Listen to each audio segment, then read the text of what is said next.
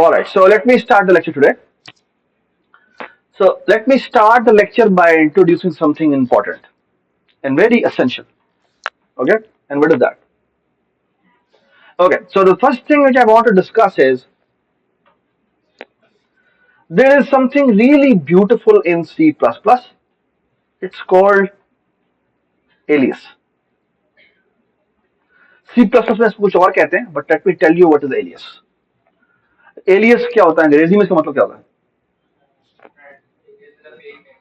Fake name नहीं होता. तुम्हें घर में क्या कहते हैं? तुम्हारा नाम क्या है? तुम्हें घर में क्या कहते हैं? अहमद. कोई घर में रेज योर हैंड अगर आपको आपका असल नाम कुछ और है, घर में कुछ और कहते हैं. हाँ जी, क्या नाम तुम्हारा? घर में क्या कहते हैं? अली कहते हैं.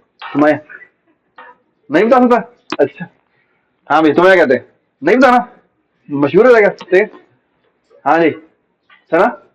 बाबा क्या कहते हैं? सना ही कहते हैं.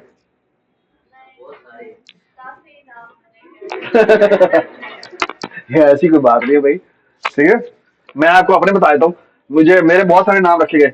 वो सरफी कहते हैं मुझे.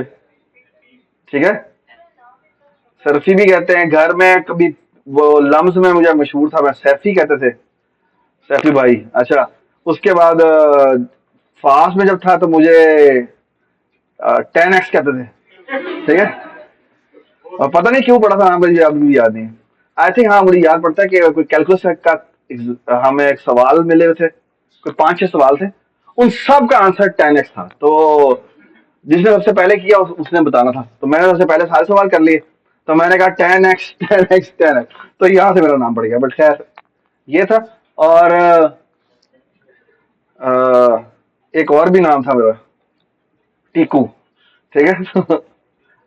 टीकू. और एक और जो है. सो खैर, एलियस का मतलब क्या होता है? एलियस का मतलब है कि you have some other name as well, and if you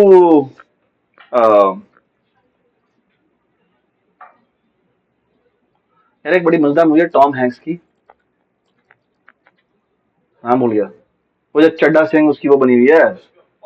हाँ, तो वो उसमें वो क्या कहता है, my name is Michael something, people call me Mike. तो वो कहता है my name is Forrest Gump, people call me Forrest Gump. तो वो बड़ा मुझे खैर. अच्छा, एलियस. अच्छा, एलियस तकरीबन तमाम प्रोग्रामिंग लैंग्वेज में नहीं होता, C++ में होता है. ठीक है, और कैसे बनता है? फॉर एग्जाम्पल बेटा, मैं आपके सामने यहाँ पे एक वेरिएबल बनाता हूँ. लेट्स से इसका नाम रखता हूँ var v. इसकी वैल्यू है लेट्स से 10.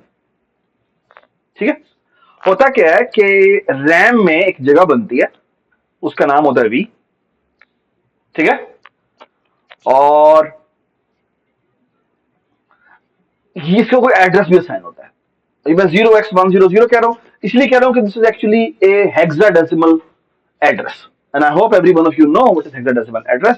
हेक्साडेसिमल इज के बेस 16 में बात हो रही है. ठीक है, और बेस 16 में कुछ भी नहीं होता. बेसिकली होता ही है कि आपके जो आमतौर पर डेसिमल नंबर में काम कर रहे होते हैं, तो यहीं बैठ जाओ, यहीं बैठ जाओ. तो हमारे जो सिंबल्स होते हैं वो 0 से लेकर 9 तक होते हैं. बाइनरी में जब कर रहे होते हैं तो 0 1 होते हैं. ठीक है, तो हेक्साडेसिमल में होता ही है कि आपके 16 सिंबल्स हैं. तो 16 सिंबल्स को कैसे रिप्रेजेंट करते हैं? 0 से लेकर 9 तक. आगे बेशक आप अलिफ बे पे लिख दें.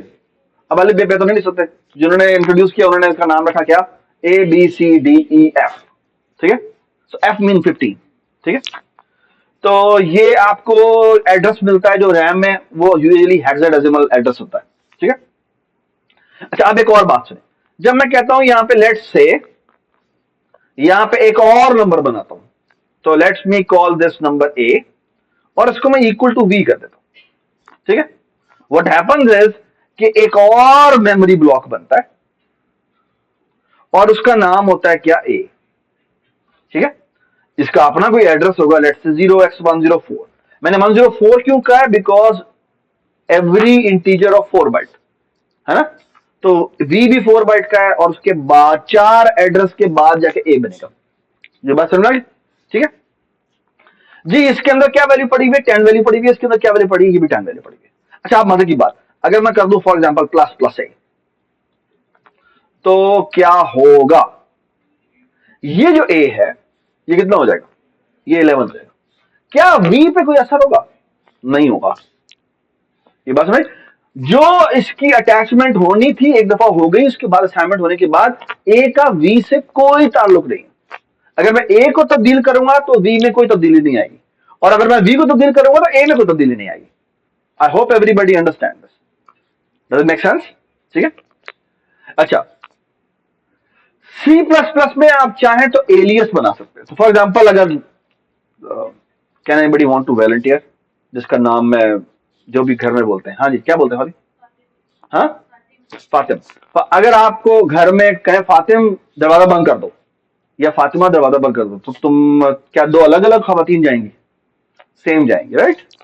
That's exactly the definition. Okay. C++ में अगर आप चाहें तो एक एलियस बना सकते हैं। तो फॉर एग्जांपल, मैंने इस v वैल्यू का एलियस बनाना है। तो एलियस बनाने का तरीका क्या होता है? मैं लिखता हूं इंट। ये इंट मैंने इसलिए लिखा है क्योंकि इसकी टाइप भी इंट थी। ओके। जिस टाइप का वेरिएबल का एलियस हम बनाना चाहते हैं, हम उसी टाइप का उसको भी बनाते हैं। ठीक है। साथ यहां पे लिखते हैं एक एम्परसेंड का साइन, एम्परसेंड में एंड। ठीक है। और यहां पे इसका नाम होगा, लेट्स से मैं कहूंगा, मैं अब आप बेसिकली मैं कहता हूं, इसका मैं नाम रखता हूं RV। आर क्यों कह रहा हूं मैं अभी आपको थोड़ी देर में पता लगेगा, लेकिन एसेंशियली इस स्टेटमेंट से क्या हुआ है। अच्छा, नाम रखने से कुछ भी नहीं होता। रेफरेंस जब आप बनाते हैं तो आपको फौरन से पहले इसको इनिशियलाइज करना पड़ता है। ठीक है। फॉर एग्जांपल मैं कहता हूं v, इसका मतलब क्या है? इस एक स्टेटमेंट का क्या मतलब है? इस स्टेटमेंट का मतलब यह है कि एक्चुअली ये इस v वेरिएबल का एक और नाम है, मतलब इस जगह का एक और नाम है जो क्या है? RV। विच मीन्स कोई नई मेमोरी नहीं बनी, कोई नई मेमोरी नहीं बनी, उसी मेमोरी लोकेशन का एक और नाम रख दिया मैंने। और अब आपके ख्याल में क्या होगा अगर मैं कर दूं RV प्लस प्लस और सी आउट करूं जाके क्या? V। तो आपके ख्याल में क्या होना चाहिए? ये सी लोकेशन का नाम था, जब मैंने RV प्लस प्लस किया तो एसेंशियली ये क्या हो गया? ये 11 हो गया। ये बात समझ आ गई? और जब मैं सी आउट V करूंगा तो एसेंशियली क्या डिस्प्ले करेगा? I hope everybody understand. I hope everybody understand. ये समझ में आ गई बात? ठीक है। So far so good. अच्छा, अभी मैं आपको दिखाता भी कि असल में भी ऐसा ही होगा। ठीक है। अभी सवाल नहीं लेना, 2 मिनट बाद सवाल लेना। ठीक है। नहीं, ठीक है। अभी मैं आपको दिखाऊंगा, डोंट वरी अबाउट इट। ठीक। जब मैं कहूं कि आप सवाल पूछे तो आप सवाल पूछे। ठीक है। जब भी कोई कंस्ट्रक्ट मैं एक दफा बताऊंगा ना, मैं कभी भी एक तरीके से नहीं बताता। पहले मैं बोर्ड में बताता हूं, कंफ्यूजन होंगी। ठीक है। फिर मैं आपको एग्जीक्यूट करके दिखाता हूं, एग्जाम्पल कोड करके दिखाता हूं। ठीक है। मेमोरी भी दिखाऊंगा, मैं आपको 3-4 कनेक्शन बनाऊंगा, फिर आपको क्लियर होगा। ठीक है। ठीक है। तो थोड़ी सी आपके अंदर अनसर्टेनिटी रहेगी, विच इज फाइन। ठीक है। Alright, now look at this. So आपके सामने मैं एक काम करता हूं, मैं यहां पे एक वेरिएबल बना रहा हूं इंट v, इसमें मैं रखता हूं 10। ठीक है। All right. और यहां पे मैं एक एम्परसेंटली RV बनाता हूं। ठीक है। जिसको मैं v असाइन कर देता हूं। ठीक है। सॉरी, क्या? सही है। और अब मैं क्या कर रहा हूं बेटा? अब मैं करता हूं for example plus plus RV, और मैं कहता हूं क्या? सी आउट V। ठीक है। Now look at this.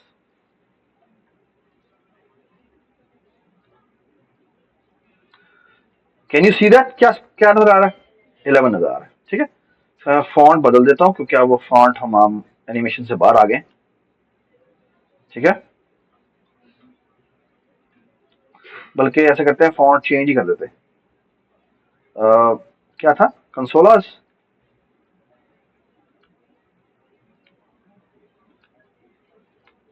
ठीक है। So far so good. 11 नजर आ रहा था तो ठीक है। All right. अच्छा, मैं आपको एक और बड़ी मजे की चीज दिखाता हूं।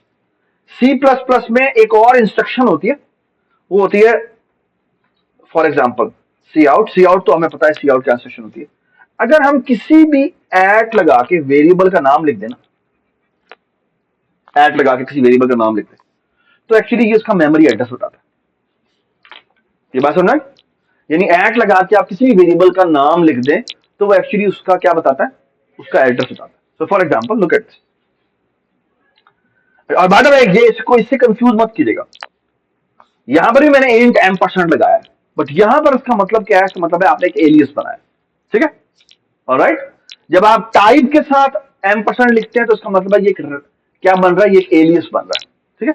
बाय द वे C++ वाले लोग इसको रेफरेंस कहते हैं, ओके, इसीलिए मैंने यहां पे R लिखा, R stand for reference, sorry नहीं मैंने लिखा, ठीक है, R का मतलब ही बेटा रेफरेंस यहाँ पर, ठीक है, so that's the comment I have written, ठीक है। बेटा एक बात याद रखें, कोशिश करें कि ना आपके वेरिएबल के जो नाम होते हैं ना वो ऐसे होने चाहिए कि वो कमेंट्स लगे। It's a good programming practice कि your code should be comments less. Now it used to be, पहले बहुत ज्यादा होता था कि कमेंट लिखें जी, कमेंट लिखें। अब लोग कहते हैं कि आप कमेंट्स ना लिखें, आपके कोड की नेमिंग कन्वेंशन ऐसी होनी चाहिए कि वो बताए कि वो क्या कर रहा है। आई होप एवरीबडी अंडरस्टैंड, कभी वेरिएबल के नाम ए बी सी ना रखें अनलेस के ए स्टैंड फॉर अरे, दैट्स फाइन, ठीक है, अदरवाइज इट्स नॉट रिकमेंडेड, ठीक है। अच्छा अब एक मजे की देखें बात, फॉर एग्जाम्पल मैं कहता हूं एड्रेस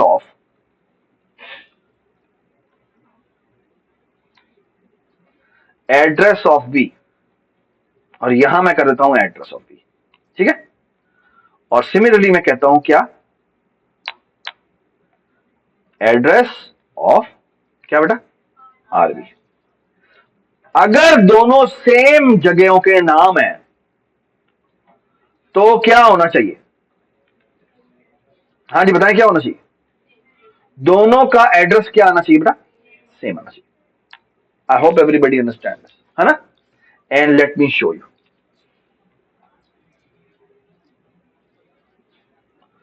ये देख, ये आपको 64 बिट का एड्रेस नजर आ रहा है, ये देख रहे हैं आप, FC4 does it make sense, does it make sense, ठीक है ना। तो दोनों का जो एड्रेस है वो एग्जैक्टली सेम है, ठीक है। अगर आपको कंफ्यूजन हो रही है तो मैं यहां पे जाके एंडल लिख देता हूं, ठीक है, और बेशक यहां पे जाके हम \t कर देते हैं, और यहां पे भी \t कर देते हैं, ठीक है। इससे फायदा क्या होगा कि वो बिल्कुल अलाइन हो जाएंगे। Does it make sense, does it make sense, ठीक है, और बेशक अब इसकी जरूरत नहीं है, सही है, so far so good, so far so good, everybody understand this, ठीक है, किसी को इशू तो नहीं है इसके अंदर, ठीक है, ऑल राइट जी, जब भी चलाएंगे चेंज होगा, ठीक है, कभी कभी चेंज नहीं भी होगा, ठीक, डिपेंड्स अपॉन कि आपका ओएस कौन सा है, फलाना फलाना फलाना, वो आपको सेम जगह पे लोड कर रहा है, सेम जगह लोड नहीं कर रहा, कभी कभी सेम हो सकता है, कभी सेम नहीं हो सकता, ठीक है, ठीक है, रैम में एड्रेस, ठीक है, आपका प्रोग्राम जो आप एग्जीक्यूट करते हैं तो वो रैम में लोड होता है, ठीक है, तो रैम में जिस जगह पर लोकेट हुआ है वो उसकी करस्पॉन्डिंग एड्रेस है, ठीक है, ऑलराइट, ठीक है, बहुत तफसील से रैम वाली डिटेल मैंने करनी है, ठीक है, ऑलराइट, एक्चुअली हम उस नहज पे आ चुके हैं where will be working with memory, ठीक है, एक्चुअली प्रोग्रामिंग जो है वो आप शुरू हुई है, ठीक है, क्योंकि अभी तक जो आप चीजें सीखे थे वो कंस्ट्रक्ट्स थे, but this is perhaps this is the last topic in terms of constructs we're going to see, okay, and after that एक टॉपिक और रहता है बस, उसके बाद हम बेसिकली जो जो कि मेमोरी है, ठीक है, और उसके बाद the course is over, actually it will B lots of practice which will be doing, ठीक है, alright.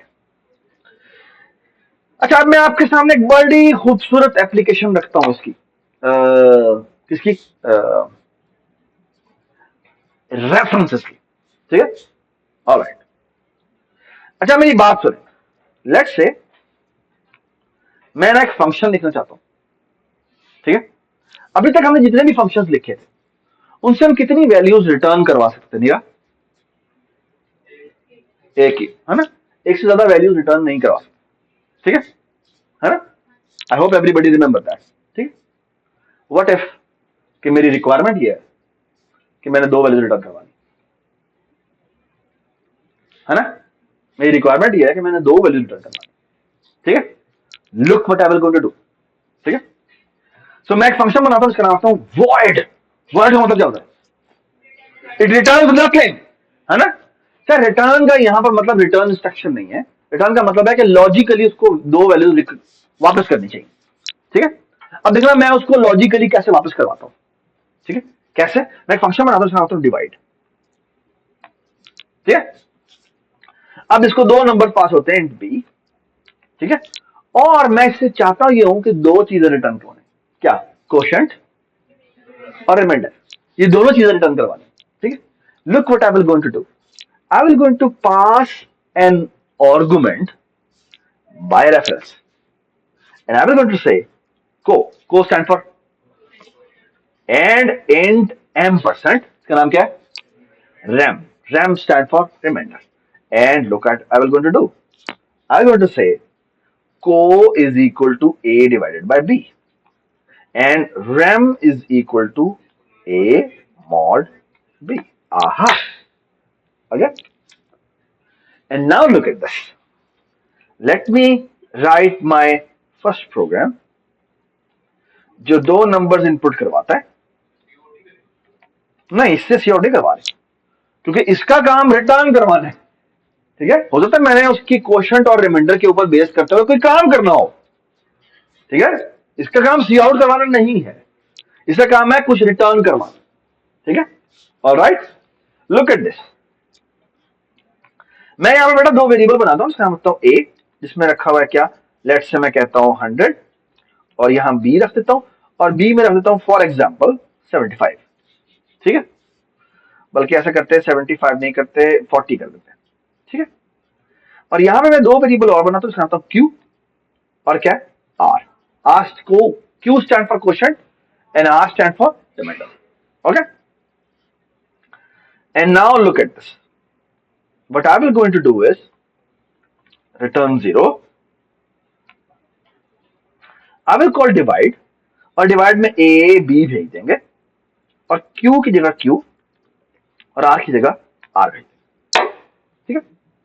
Now look at this, what has happened is कि मैंने डिवाइड कॉल किया, ठीक है, मैंने डिवाइड कॉल किया, उसमें a भेजा है b भेजा है, ठीक है। मैंने a भेजा है और b भेजा है, ये तो दोनों वैल्यूज है और ये रिसीव भी एज ए वैल्यू ही होंगी, ओके। बट जब मैं क्यू और आर भेज रहा हूं तो वो रिसीव एज रेफरेंस हो रहा है। What does this mean by reference?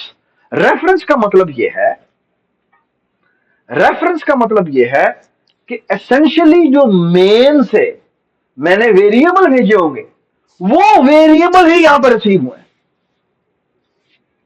और मैंने उनका नाम चेंज कर दिया। वो नाम क्या है? को एंड रैम। और अगर मैं इनमें चेंजेस करूंगा तो उनमें चेंजेस होंगे, ये बात समझ आई? लेकिन अगर मैं ए बी में चेंज करूंगा तो मेरे मेन वाले ए बी में कोई चेंज नहीं होगा। क्यों? क्योंकि ए बी पास हुए हैं एज ए वैल्यू। ये बात समझा कि अगर मैं इन्हें ए बी में चेंज करूंगा मेन वाले ए बी में कोई चेंज नहीं होगा, लेकिन अगर मैं को और रैम में चेंज करूंगा तो उससे कोरस्पॉन्डिंग क्यू और आर में चेंज होगी। क्यों? क्योंकि क्यू रिसीव हुआ है को में और आर रिसीव हुआ है किसमें? रैम में। Doesn't make sense? और ये ऑर्डर बहुत मैटर करता है क्योंकि अगर आपने ऑर्डर बदल दिया सब कुछ बदल जाएगा। ये बात सुन, मतलब है कि मैं अगर क्यू इधर भेज दूं और आर इधर भेज दूं तो हमारा आंसर गलत वेरिएबल्स में आ जाएगा। आई होप एवरीबडी अंडरस्टैंड कि ये तो हमें पता ही है कि रिमाइंडर बड़े जरूरी होते हैं, यानी कि आप जिस ऑर्डर में भेज दें ऑर्डर बड़ा जरूरी होता है। ये समझ आई? और आप मजे की चीज देखें, मैं कहता हूं सी आउट और लिखता हूं क्या जी, ए डिवाइडेड बाय बी, ठीक है, क्या लिखेंगे बेटा, यहां लिख देंगे Q, ठीक है, और यहां क्या लिखेंगे बेटा, A मॉड B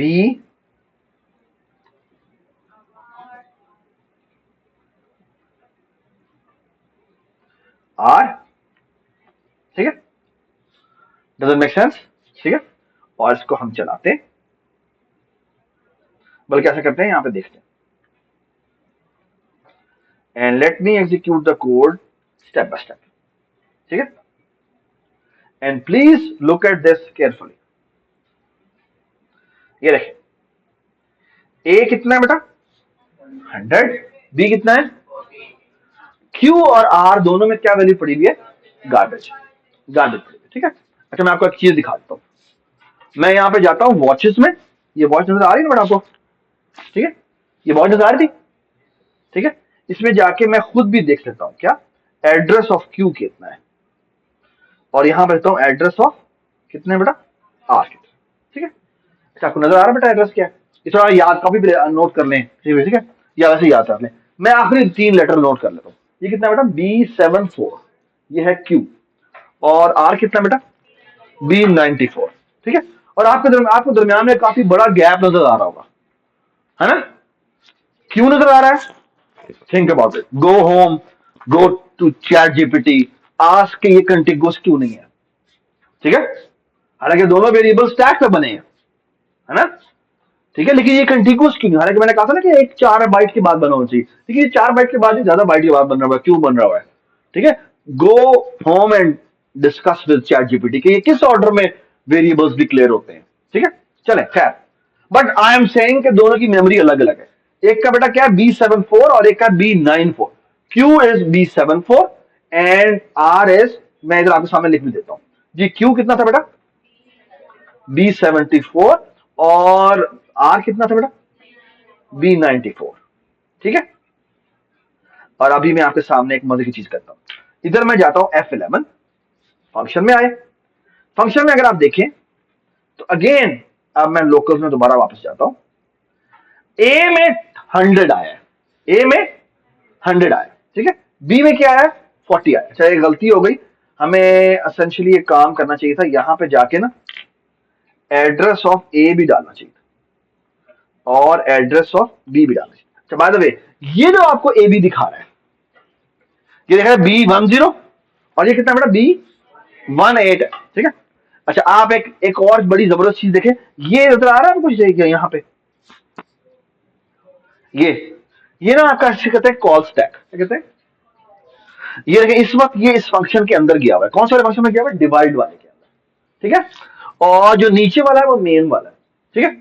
सो अगर फॉर एग्जांपल मैं इस पे जाके डबल क्लिक करूं, मेन वाले पे लेके जाऊं, तो मेन वाले में देखें मुझे ए बी कौन सा दिखा रहा है, ए का बेटा एड्रेस कौन सा है B34 है, बी का एड्रेस कितना है B54 है, और उस फंक्शन के अंदर ए बी का एड्रेस देखिए कितना है,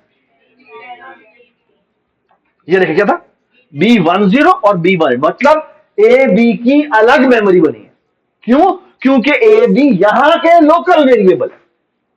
आई होप एवरीबडी अंडरस्टैंड। अब एक और चीज देखें, वो ये मेन में अगेन मैं आपको रिमाइंड कराता हूं कि जो Q था वो B74 था और जो R था वो कितना था बेटा बी बी सॉरी ये था B94 था, ये बात समझ आ गई।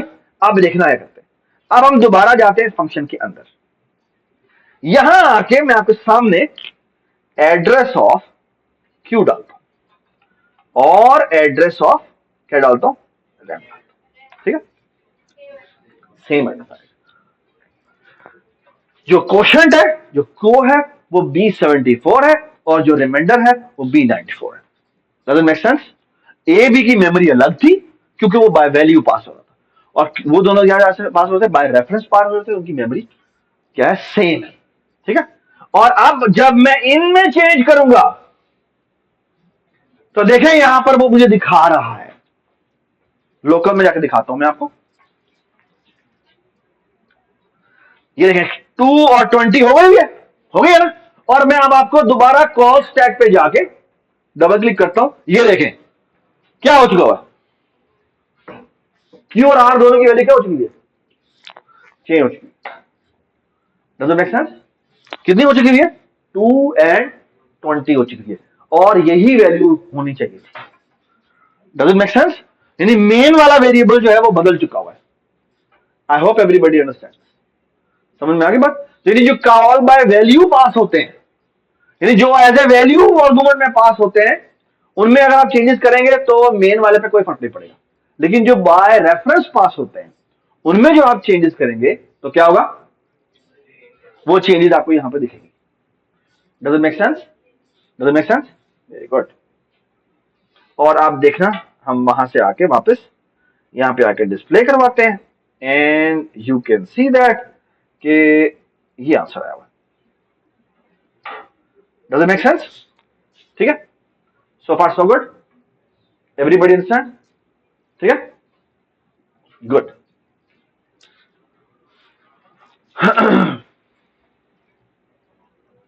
Shift F5. All right.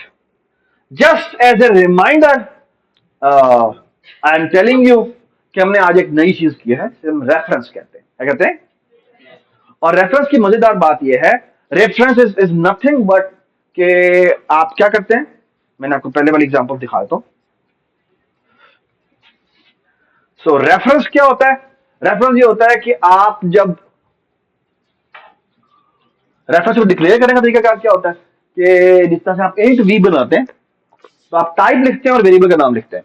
तो रेफरेंस बनाने के लिए आप अगेन टाइप लिखेंगे और रेफरेंस का नाम लिखेंगे और एम्परसेंड लगा देंगे, और जिस वेरिएबल को आप असाइन करेंगे वो उसी वेरिएबल का एक और नाम बन जाएगा। ओके, इसे आप घर में कहते हैं, आयजा कहते हैं। ठीक है, सो आयजा, आपका नाम भी आयजा ही है और घर में भी आयजा कहते हैं। ठीक है, सो आप क्या कहते हैं? छोटू। Very good. अच्छा, आपका असल नाम क्या है? हमजा। तो अगर मैं, सो द थिंग इज के ये तुम्हारा नाम क्या? हमजा। सो ये let's say we is Hamza, और इसका ये हम नया नाम जो उसको घर वाले कहते हैं, हमने वो नाम रख दिया।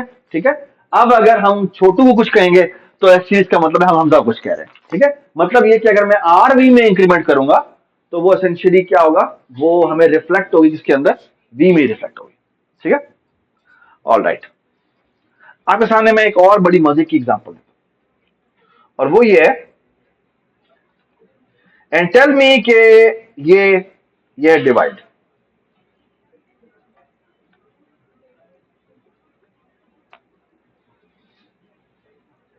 Tell me what is wrong with this. Please बात सुने, बात सुने। लेट्स से यहां पे मैं दो वेरिएबल बनाता हूं, एक का नाम रखता हूं 20, b इज इक्वल टू 10, और मैं कहता हूं सी आउट बिफोर स्वैपिंग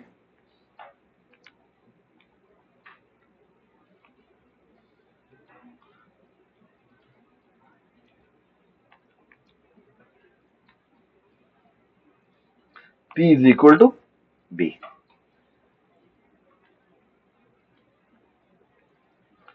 ठीक है, और अब मैं कॉल करता हूं स्वैप, और स्वैप में a और b भेज देता हूं, और अब मैं कहता हूं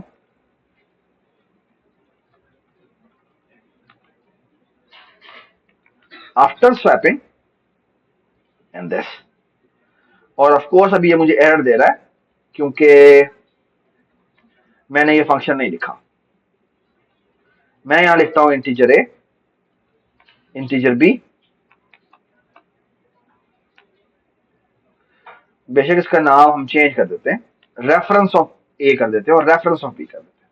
ठीक है, और यहां मैं करता हूं integer t is equal to reference of A, जी, reference of A is equal to reference of B, और reference of B is equal to T. Okay, let's see. और what I am expecting is कि जब मैं A B भेजूंगा तो ये receive होंगे एज ए रेफरेंसेस और उनमें वैल्यूज मैं स्वैप कर दूंगा। ठीक है, और आपको याद होगा कि हमने दो वैल्यूज को स्वैप करने के लिए एक तीसरा वेरिएबल यूज किया था, वरना मसला होता है। ठीक है, तो हम देखते हैं इसकी आउटपुट देखने क्या आती है। अब अगर आप इसको चलाएंगे तो ये नहीं चलेगा, आराम नहीं तुम्हें। देखें अभी भी जो वैल्यू आई है वो क्या आई है, ये लेसन लिखा हुआ है मैंने वहां पे।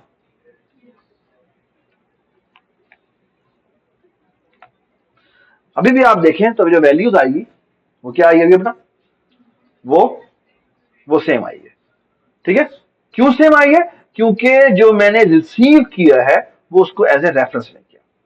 ठीक है, आप चाहें तो इंट के साथ भी रेफरेंस ले सकते हैं, आप चाहें तो वेरिएबल के साथ भी रेफरेंस ले सकते हैं। मतलब ये कि ये रेफरेंस यहां पर ले सकते हैं, यहां पर ले सकते हैं।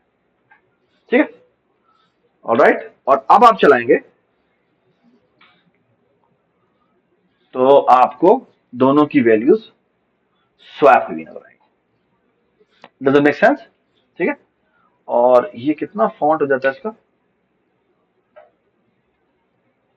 ठीक है, सो फार सो गुड। ठीक है जी, एनी क्वेश्चन, एनी क्वेश्चन जी।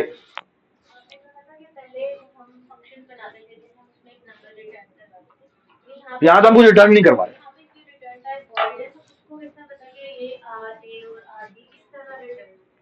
रिटर्न तो ये कर नहीं रहा, ये तो एक्चुअली सिर्फ उस मेमोरी में चेंज कर रहा है। तो जिस वेरिएबल में वो वैल्यू चेंज कर रहा है, जिस वेरिएबल में वैल्यू चेंज कर रहा है, इन्हें वे मैं बाहर वाले फंक्शन को बता रहा हूं तुम्हारी वैल्यू मैं इसमें रखवा के भिजवाऊंगा। It's just a logical picture. Return का मतलब रिटर्न इंस्ट्रक्शन नहीं है। यहां पे जब रिटर्न इंस्ट्रक्शन यूज ही नहीं हो रही, यहां पे रिटर्न यूज हो रही है नहीं हो रही। ये बात समझ? ठीक है, तो रिटर्न का मतलब है लॉजिकली रिटर्न करना। लॉजिकली का मतलब ये कि हाँ इस वेरिएबल में वैल्यू रखवा के भिजवा दूंगा। ठीक है, ऑलराइट। अब मैं आपको मजे की बात बताता हूं। आपको याद है हमने एक फंक्शन किया था बड़ा मशहूर, void gcd integer a integer b। ठीक है, दो नंबर का जीसीडी निकालना है, कैसे निकालते हैं? ठीक है, तो हम करते क्या है, बताएं क्या करते हैं। इसके हमने दो तरीके किए थे, एक था वो गंदा तरीका और एक था वो जो यूक्लिड का तरीका था। हाँ, सो उसका तरीका ये होता है, if a mod b is double equal to 0 तो दैट इज माई आंसर। क्या मेरा आंसर है? b मेरा आंसर है ना। अच्छा, मजे की बात, अगर ऐसा नहीं है तो हम एक काम करते हैं, जीसीडी दोबारा कॉल कर देते हैं। वाओ, और हम कहते हैं क्या, हम कहते हैं ऐसा करो, जो b है वो अब डिवाइजर बन जाएगा और जो नया रिमाइंडर है वो क्या होगा, जो नया डिवाइजर है वो क्या होगा, वो होगा reminder.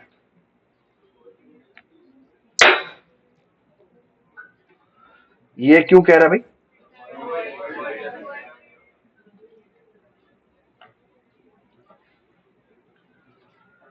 Three line function, no loop, nothing else. ये क्या कर रहा है पता? So look at this way of writing function is called recursion. Okay, what is recursion? Recursion is in a way, इसकी डेफिनेशन आप जगह देखेंगे ना, चैट जीपीटी हो जाती है, वो बड़ा सिंपल सी होगी। एक फंक्शन है जो अपने आप को कॉल करता है ना। ये क्या बात है, एक फंक्शन है जो अपने आप को कॉल करता है, दैट्स कॉल्ड रिकर्जन, है ना। लेकिन actually it's not calling itself, it's calling the same function but with different state. For example, आपने मैथमेटिक्स में एक चीज पढ़ी होगी जी, 10 फैक्टोरियल किसके बराबर होता है? 10 इंटू 9 इंटू सो ऑन, है ना, या 9 फैक्टोरियल, है ना। आपको याद होगा मैसेज होता है, it's nothing but 10 into 9 factorial, है ना। ये बात सुने, that's exactly the definition of recursion.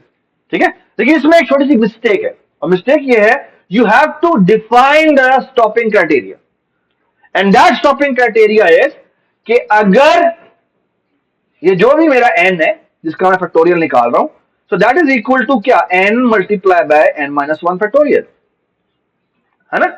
ये है जब n इज बिगर देन 1 है, ठीक है। और अगर n की वैल्यू इक्वल टू 0 के बराबर हो जाए तो उसका फैक्टोरियल किसके बराबर होता है, 1 के बराबर, तो ये आ जाएगा 1। सो दैट इज द डेफिनेशन। इसे कहते हैं बेस कंडीशन। क्या कहते हैं, बेस कंडीशन। ये बात समझ, आप लोगों ने मैथमेटिकल इंडक्शन पढ़ लिया, डिस्क्रीट मैथ नहीं पढ़ी, ठीक है। दैट इज एक्चुअली एक्चुअली आपने एफएससी में पढ़ी होगी, है ना। That is actually the inspiration from discrete mathematics. This is actually mathematical induction. This is the base case and this is the inductive stuff. Okay? You will go to see it's much more detail in your discrete math course. Okay? Alright? और मैंने यहां पर भी यही किया कि भाई GC, आपको याद होगा जीसीडी निकालते थे, कैसे निकालते, अगर फॉर एग्जांपल मैंने निकालना है जीसीडी, मैंने निकालना है जी 40 का 100 के साथ, तो बेटा हम क्या करते हैं, 42 का क्या हो गया बेटा 80, डिवाइड हुआ, ये रिमाइंडर आया, और अब सेम प्रॉब्लम दोबारा हो गया है, but the only difference is कि जो पहले डिवाइडर था अब वो डिविडेंड बन गया है, और जो रिमाइंडर आया वो अब आपका नया डिवाइडर है। So in a way what is GCD, so GCD of A B is equal to क्या होगा G, it will be, the answer will be B if A mod B is equal to 0। ये बात समझ, ये इसकी base condition. Otherwise हम क्या करते हैं, हम कहते हैं दोबारा जीसीडी कॉल करो, अब बी तुम्हारा डिविडेंड है, न्यूमरेटर है, और ए मॉड बी जो है वो आपका क्या है, वो आपका डिवाइजर है। ये बात समझना कि ये कब होगा, जब अदरवाइज कह लेंगे A mod B is not equal to 0 कह लें, और यही कोड मैंने यहां पे लिखा हुआ है। ये बात समझना, आई होप एवरीबडी अंडरस्टैंड। और इसमें एक्चुअली बार बार फंक्शन कॉल हो रही है, ठीक है, ठीक है, समझ में आ गई बात। एक नई चीज है जो मैंने बताई है just for the sake of fun, ठीक है। कहीं आपको ये नजर आए तो आप परेशान ना हो जाए, हाय फंक्शन है, फंक्शन को कॉल कर दिया, ये क्या होगा, ठीक है, ठीक है। तो इसको आप ऐसे कीजिएगा, इसको डीबग करके देखिएगा कैसे चलता है, ठीक है। ऑलराइट, इसको हम करते हैं मेन ऑफ स्वैप,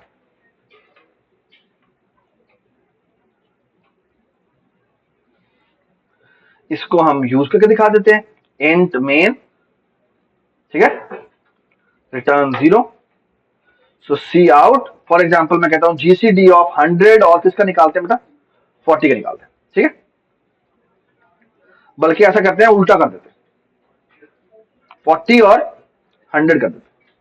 सो होगा ये, क्योंकि वो डिवाइड नहीं होगा तो वो उसे खुद ब खुद फ्लिप कर देगा। Okay, so look at this. So for example मैं चलाता हूं आपके सामने,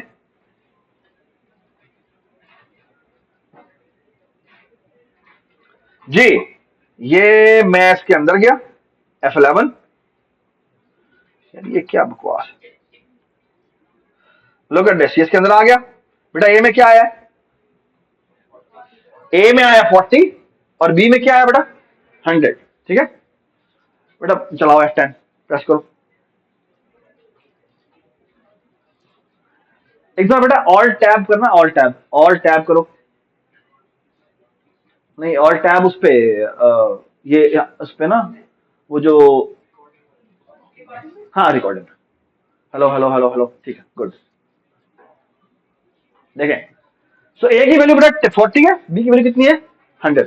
अब बेटा आप F10 प्रेस करें, क्या बेटा ये पूरा डिवाइड होता है, F10 करना है, F10 हाँ कुछ करना है, ठीक है। देखिए बेटा क्योंकि पूरा डिवाइड नहीं होता, क्योंकि 40 100 से डिवाइड नहीं होता, नहीं होता ना, तो इसके अंदर आएगा और ये अंदर कॉल होगा F11। एक मिनट प्रेस नहीं करना, जब हम F11 प्रेस करेंगे तो यहाँ पे बी भेजा जा रहा है और यहाँ पे ए मॉड बी भेजा जा रहा है, ठीक है। तो बी कितना है 100 और ए मॉड बी कितना है 40 मॉड 100, इसके बराबर होता है 40 के बराबर होता है, ठीक है। तो यहाँ पे ये स्वैपिंग हो जाएगी। चलो जाए F11 प्रेस करें और F10 प्रेस करें, यू कैन सी दैट कि फ्लिप हो गई। ये बात समझ आई, ये 100 हो गया और ये 40 हो गया, ठीक है। अब आप F10 प्रेस करें, नहीं जाएगा, क्यों? क्योंकि पूरा डिवाइड नहीं होता। लेकिन अब जब कॉल होगी तो B की कॉल होगी, B इज 40 और A mod B यानी 100 mod 40 कितना होता है? 20 होता है। तो आप F11 प्रेस करना, F11, ये देख अंदर आए, ये देख 40 और 20 कॉल वाला। अब देखना क्या होगा, अब पूरा पूरा डिवाइड हो जाएगा। तो यहां से 20 रिटर्न होगा, कहां रिटर्न होगा? जहां का फंक्शन कॉल हुआ था, और वो फिर पिछले वाले को कॉल करेगा, रिटर्न करेगा, फिर वो पिछले वाले को रिटर्न करेगा। तो लुक एट F10 प्रेस करें बेटा, ये देखिए बी रिटर्न होने वाला है। बी किस जगह रिटर्न होगा? जिसने इसको कॉल किया था। किसने कॉल किया था उसको? जो 100 और 40 वाला था। तो देखिए आप F10 प्रेस करें, ये देखिए वो सारी कॉल दुनिया वापस वापस वापस वापस, ठीक है, ठीक है। ये थोड़ा सा उसने जल्दी कर दिया, उसने F10 प्रेस कर दिया। अगर आप F11 प्रेस करती तो आपको पूरा दिखा। ऐसे करें, F11 प्रेस करें, दोबारा चला डिबग करें, शाबाश, स्टार्ट से कर दो।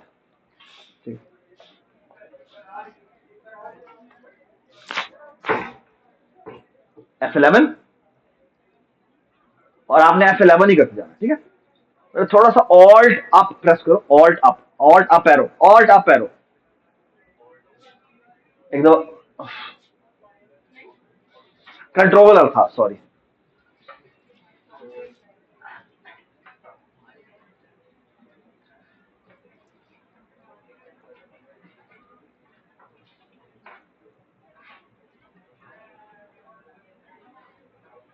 F11 प्रेस करो जी। सो अब आप F11 ही प्रेस करते रहिएगा, ठीक है जी। पहली दफा स्वैपिंग होगी, F11 F11 F11, शाबाश। ओह, इसका मतलब कुछ से ऑप्टिमाइजेशन की है, वरना होता ही है कि आमतौर पे वापस आता है, फिर वापस आता है, फिर वापस आता है, ठीक है। चलें जी, आउटपुट करें, F10 प्रेस करें और ऑल टैब करें, ऑल टैब 20 आंसर, ठीक है। Thank you.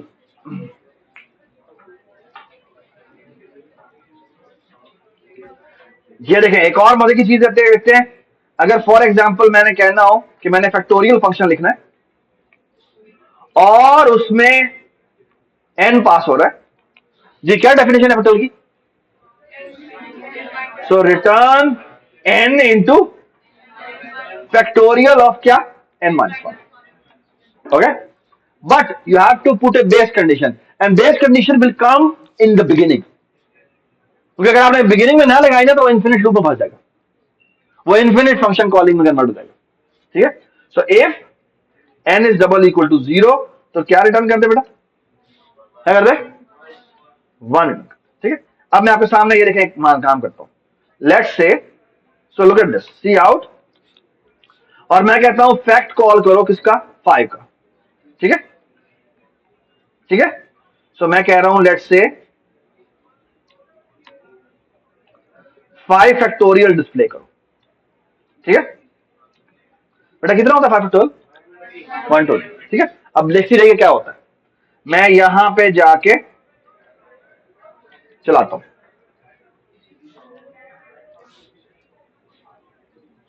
यहां आया, F11 किया, ये देख रही, क्योंकि n की वैल्यू 5 है तो ये कॉल करेगा किसको बेटा? ठीक है, तो ये कॉल गई, फिर कॉल गई, फिर देखिए आप देखें n की वैल्यू छोटी होती जा रही है ना। ये कब तक जाएगी? जब तक वो क्या नहीं हो जाता? 0 नहीं हो जाता, ठीक है। जब n की वैल्यू 0 है तो ये रिटर्न करेगा, ये किसको रिटर्न करेगा? ये उसको रिटर्न करेगा, ये 1 किसको रिटर्न करेगा? जिसमें n की वैल्यू 1 थी, है ना। तो देखना, अब देखना, अब ये इधर देखते जाए, n की वैल्यू बेटा कितनी है? 0 है ना। अब ये रिटर्न इंस्ट्रक्शन देखना कहां आती है, ये देख, बड़ा बदतमीज है, ये देख कहां रिटर्न आई है? 1 वाले के पास आई है। और देखिए इस, ये फैक्टोरियल ने क्या रिटर्न किया हुआ है? 1 किया हुआ है, वो 1 इससे मल्टीप्लाई होगा और ये रिटर्न होगा, क्या रिटर्न होगा बेटा? ये देख, अब ये किसके पास रिटर्न हुआ है? 2 वाले के पास रिटर्न हुआ, ठीक है। और ये 2 वैल्यू रिप्लेस हुई, और ये देखें अब किसके पास आया? 3, और 3 इंटू 2 मल्टीप्लाई होगा, क्या होगा? ठीक है, ये देखें, ये 6 रिटर्न हुआ और 6 इंटू 4 हुआ, क्या हो जाएगा 24, और 24 इंटू 5 होगा तो क्या होगा, ठीक है। और ये देखें, ये इसने कहा है मुझे 120 रिटर्न हुआ है, और 120 किस जगह रिप्लेस होगा जहां फंक्शन कॉल की, ये बात समझ। तो कैसे फंक्शन कॉल होता जा रहा होता है वो बकायदा, ये जो कॉल स्टैक है ना उसमें नजर आता है बकायदा, ये आप बकायदा जब देखेंगे तो आपको नजर आएगा, वो पूरी सीढ़ी बनी होगी कि इसने इसको कॉल किया, इसने इसको कॉल किया, इसने इसको कॉल किया, इसने इसको कॉल किया, ये बात समझ। मैं आपको दिखाता हूं, फॉर एग्जाम्पल अगर मैं इसको स्टॉप करूंगा, ये देखें 120 डिस्प्ले हो गया, लेट्स से मैं सिर्फ बेस केस पे जाके डिबग पॉइंट लगा देता हूं, और अब मैं चलाऊंगा तो क्या होगा, अगर मैं F5 चलाऊंगा तो क्या होगा, ये कहां रुकेगा आगे, जब ये बेस कंडीशन को हिट करेगा, जिसका मतलब पिछला पूरा कॉल स्टैक बन चुका होगा, है ना। सो लुक एट दिस, मैं चलाता हूं उसको, ये रोका आके, और आप यहां पे गौर से देखें, यहां पे मैं आपको ये मैग्नीफायर से दिखाता हूं, ये देख रहे हैं आप, ये देखें कितनी कॉल्स बनी पड़ी हैं, ये एक फैक्ट, दूसरा फैक्ट, तीसरा फैक्ट, और ये आखिरी वाला जो है वो ये भी 5 वाला भी है, तो 6 कॉल गई हुई है। क्यों 6 कॉल गई हुई है बेटा, शाबाश, और आखिरी वाला मेन है ना। और मैं देखें आपको दिखाता हूं, यहां पर मैं सबसे नीचे वाले में देखूंगा तो क्या एन की वैल्यू कितनी होगी, ये देखें, मैं डबल क्लिक किया और मैं यहां नीचे गया, एन की वैल्यू कितनी है 5, ये देखें। इसी तरह मैं इससे ऊपर वाले में जाऊंगा तो कितनी एन की वैल्यू कितनी होगी 4 होगी, ये देखें कितनी वैल्यू है 4 है, ठीक है। और इससे ऊपर वाले में जाऊं तो कितनी होगी 3 होगी, इससे ऊपर वाले में जाऊं कितनी होगी 2 होगी, इस वाले में कितनी होगी 1 होगी, और आखिरी वाले में कितनी है बेटा 0 है, ये बात समझना, ठीक है। Does it make sense. I hope everybody got the idea कि कैसे वो रिकर्जन को सॉल्व करना है, ठीक है। इससे ज्यादा मैं रिकर्जन नहीं बतानी, ठीक है। Most probably I will talk about recursion further when we will be taking your OOP की क्लासेस, ठीक है। इससे ज्यादा मैं आपको नहीं बता रहा, ठीक है। बाकी अगर आप ज्यादा मजीद से पढ़ना चाहते हैं, अगर आप मजीद डिटेल देखना चाहते हैं रिकर्जन के साथ कैसे प्रॉब्लम को सॉल्व करते हैं, तो मेरे चैनल पर जाएं, बेल आइकन पर क्लिक करें, ठीक है, और सर्च करें मेरे चैनल पर जाके, आपको नजर आ जाएंगे रिकर्जन पे सवाल, ठीक है। All right,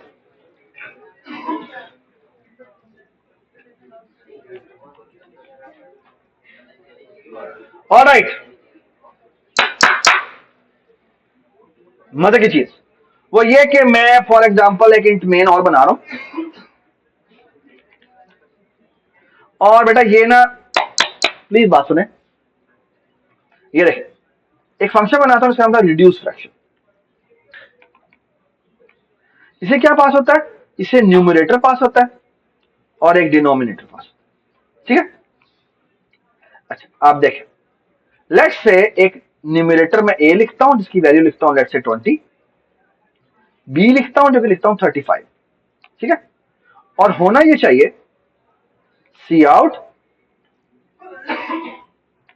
fraction is A divided by B, ठीक है।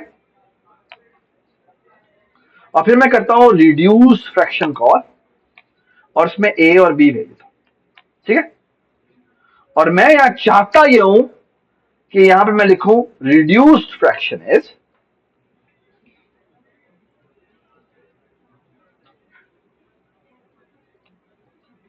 रिड्यूस फ्रैक्शन इज, और यहां पे मैं दोबारा से ए बी डिस्प्ले करता हूं, ठीक है। मैं एक्सपेक्टेशन ये रखता हूं उससे कि क्या हो कि ये जो भी मेरा ए बी है इसमें से जो कॉमन वाला पार्ट है वो डिलीट हो जाए, ठीक है। I hope everybody understand this. तो जो फ्रैक्शन होती है रिड्यूस फ्रैक्शन, उसमें दोनों चीजों से मुझे रिप्लेस करना होता है, दोनों चीजों से मुझे क्या करना पड़ता है, उड़ाना पड़ता है ना। तो मैं क्या करूंगा, so look what I will going to do. So actually reduce fraction is nothing but के दोनों नंबर का जीसीडी निकाले और क्या करें, दोनों से उसको डिवाइड करें, ओके। सो आप सबसे पहले क्या करते हैं, इंट जी कंप्यूट करते हैं which is nothing but GCD of क्या, न्यूमरेटर एंड डिनोमिनेटर, ओके। और आप क्या करेंगे बेटा, आप करेंगे हाँ भाई numerator is equal to numerator divided by G, और denominator is equal to denominator divided by G, ठीक है। अच्छा अब एक यहां तुम्हें मसला क्या है भाई, मैं तुम्हारी फैंटी लगा दूंगा भतीजा। भाई मैं जानबूझ के डालता हूं। बेटा पढ़ाने के अंदर सबसे ज्यादा जरूरी बात ये होती है कि एरर बताया जाए, क्योंकि आप जब कोड करते हैं तो आपके एरर आते हैं, कहते हाँ ये चला ही नहीं। भाई अगर टीचिंग में आप एरर नहीं डालते तो आप एक्चुअली बच्चों को एरर से खेलना नहीं सिखा रहे। ओके, तो जल्दी नहीं है मुझे, मैंने जानबूझ के डाला हुआ है, ठीक है, एरर। दूसरी दफा तुमने किया ऐसे, प्लीज ऐसे नहीं किया करो। ऑफ कोर्स ये कोड नहीं चलेगा, ठीक है। ये कह रहा है कि मेरे पास फ्रैक्शन जो है वो 20/30 की है। अच्छा, इसमें गलती हुई है कि मैंने हैंडल नहीं लगाया। तो बेटा यहां क्या करते हैं,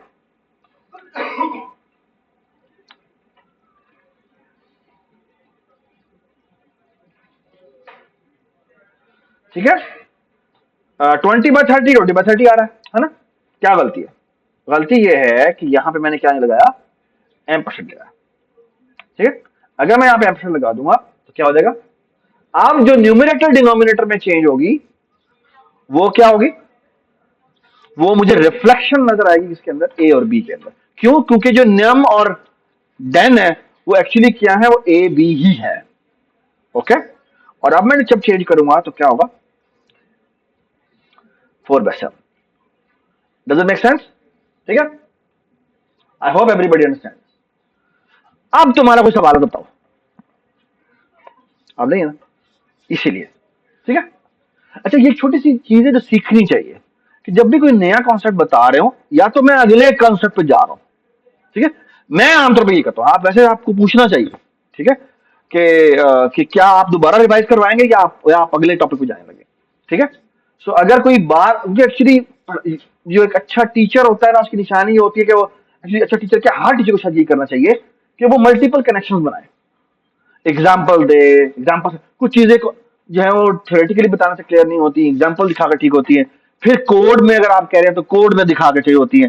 फिर ये कि जब आप एप्लीकेशन दिखाते हैं तो और तरीके से चाहिए होती है, ठीक है। कभी भी कोई कॉन्सेप्ट सीखने के लिए जाए तो भी ऐसे ही करें, कभी ऐसे ना करें अच्छा ये कॉन्सेप्ट मैंने पढ़ लिया बस खत्म होगी बात, नहीं, उसको सबसे पहले करें, फिर उसको देखें, ठीक है, कोडिंग में हमेशा, फिर उसकी एग्जाम्पल करें, फिर उसकी एक्सरसाइज करें। ओके, और सबसे फाइनेस्ट लेवल होता है जब आप उसकी एप्लीकेशन करते हैं, मतलब देखिए अनसीन प्रॉब्लम में आपको नजर आता है, ओ ये करना है मुझे, ठीक है। जब आप नया प्रॉब्लम सॉल्व करते हैं ना, तो that is the finest level of concept, जिसे कहते हैं भाई अब आपकी नॉलेज बेस का हिस्सा बन गया। जब आप कोई एग्जाम्पल पढ़ते हैं ना या लेक्चर लेते हैं, आप कुछ नहीं सीखते, चलो थोड़ा सा सीख लेते हैं तो 20% 25% कह देते हैं, लेकिन एसेंशियली ये पूरा आहिस्ता आहिस्ता ऊपर जाने का प्रोसेस है, ठीक है। और अक्सर आपने देखा होगा कि मैं आपको असाइनमेंट दे देता हूं, कि असाइनमेंट या क्विज की फॉर्म में दे देता हूं कि अभी जो लैब में करवा, जो क्लास में करवाया वही जगह दोबारा रिप्रोड्यूस करें, ठीक है। आपने क्लास में जो सीखेंगे, आप अगर सर जी 25% लेक्चर, 25% ही लेक्चर समझ में आना चाहिए। आपको जो लेक्चर है वो 25% ही समझ में आना चाहिए, इससे ज्यादा नहीं आना चाहिए। एक्चुअली जब आप खुद जाके कोड करते हैं तो फिर आपको 50% आ जाता है, और बाकी 50% कहां से आएगा, जब आप उसकी एक्सरसाइज करेंगे, आप नए प्रॉब्लम में उसमें कन्वर्जन ला के दिखाएंगे। ये बात समझ, ठीक है। तो कॉन्सेप्ट क्लियर तब होता है जब आप खुद उसको देख सकते हो, ये इसमें नजर आ रहा है मुझे, ठीक है। शाबाश।